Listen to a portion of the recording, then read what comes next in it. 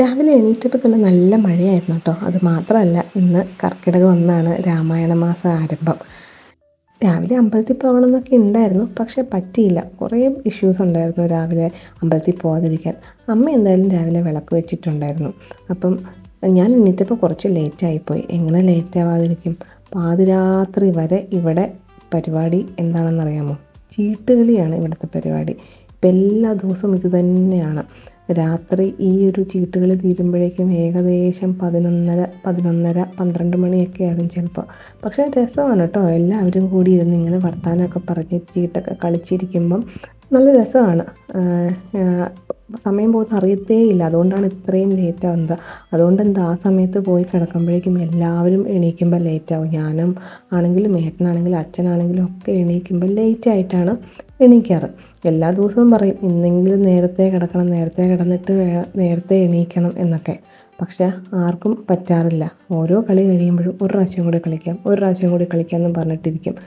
ഈ കളിയിലൊക്കെ തൂക്കുന്ന ആൾ ഞാൻ തന്നെയാണ് കേട്ടോ. കാരണം എനിക്ക് അത്ര വശമില്ല ചീട്ടുകളി, അതുകൊണ്ടാണ്. എന്തായാലും രാവിലെ വിളക്ക് വെച്ച് പ്രാർത്ഥനയൊക്കെ കഴിഞ്ഞ് നേരെ അടുക്കളയിൽ കയറി. അമ്മ രാവിലെ ഇന്ന് നെല്ലിക്ക വെള്ളം തിളപ്പിച്ച് കുടിക്കും. ഷുഗറിന് നല്ലതാണെന്നാണ് പറയുന്നത്. പിന്നെ ഇന്ന് രാവിലെ ബ്രേക്ക്ഫാസ്റ്റിന് ദോശയാണ്. ഏട്ടന് ദോശയും ചമ്മന്തിയും വേണമെന്നാണ് പറഞ്ഞത്. പിന്നെ ഏട്ടന് ഉച്ചക്കത്തേക്ക് കൊണ്ടുപോകാൻ വേണ്ടിയിട്ട് പയർ മെഴുക്കുരട്ടിയാണ് വെക്കുന്നത്. കുക്കറിൽ എന്തെങ്കിലുമൊക്കെ വെക്കുമ്പം ഇതുപോലെ പാത്രം വെച്ച് കഴിഞ്ഞാൽ വെള്ളം പുറത്തേക്ക് തെറിക്കില്ലത്രേ. അമ്മയുടെ ടിപ്പാണ്. അങ്ങനെ ചോറും കറികളൊക്കെ അമ്മ റെഡിയാക്കിക്കൊണ്ടിരിക്കുന്നു. ഞാനൊന്ന് ഹെൽപ്പ് ചെയ്ത് കൊടുത്തു. എന്നിട്ട് നേരെ വന്ന് ഏട്ടൻ്റെ ഡ്രസ്സ് വയ്ക്കാൻ തുടങ്ങി. അപ്പോഴേക്കും കറണ്ടും പോയി. പിന്നെ അത് മുടങ്ങി. അത് കഴിഞ്ഞിട്ട് കുറച്ച് കഴിഞ്ഞിട്ട് വീണ്ടും കറണ്ട് വന്നു. അപ്പോൾ ഇതിന് ട്രിപ്പായി. പിന്നെ അതിൻ്റെ പുറകെ ഓടി. ഇന്ന് ഫുൾ തിരക്കായിരുന്നു. പിന്നെ ഒരു വിധത്തിൽ ഏട്ടന് ബ്രേക്ക്ഫാസ്റ്റൊക്കെ കൊടുത്ത് വിട്ടു. അപ്പോൾ ഏട്ടൻ പോയി കഴിഞ്ഞിട്ടാണ് ഞാൻ പിന്നെ ഒരു ഗ്ലാസ് പാലെടുത്ത് കുടിക്കുന്നത്. പാല് കുടിച്ചുകൊണ്ടിരുന്ന സമയത്താണ് മീൻകാരൻ വന്നത്. അപ്പോൾ അച്ഛൻ പോയി മീൻ നോക്കിയിട്ട് മീൻ വാങ്ങിച്ചുകൊണ്ട് വന്നു. ഇവിടെ എല്ലാവർക്കും ഉച്ചയ്ക്കും രാത്രിയൊക്കെ ചോറിൻ്റെ കൂടെ എന്തെങ്കിലും നോൺ വെജ് വേണം. അങ്ങനെ കൊണ്ടുവന്ന മീനാണെങ്കിൽ സിലോപ്പി മീനാണ്. ഞാൻ നോക്കിയപ്പോൾ ഒരു 4-5 എണ്ണേ ഉള്ളൂ.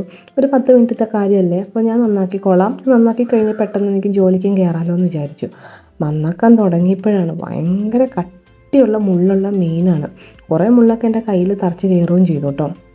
അതെന്താണെന്ന് വെച്ചാൽ മൂർച്ചയില്ലാത്ത കത്തിയായിരുന്നു ഇവിടുത്തെ കത്തിക്കൊന്നും മൂർച്ചയില്ല. അങ്ങനെ ഒരു വിധത്തിലാണ് മീനെല്ലാം കൂടി വെട്ടി ഒരുക്കി നന്നാക്കി പെറുക്കി എടുത്തത്. നല്ല സമയമെടുത്തു. എന്നാലും ഞാൻ പെട്ടെന്ന് അതൊക്കെ ക്ലീൻ ചെയ്തെടുത്തിട്ട് നേരെ പോയി ജോലിക്ക് കയറി. അപ്പോൾ ഇതൊക്കെയായിരുന്നു ഇന്നത്തെ വിശേഷം.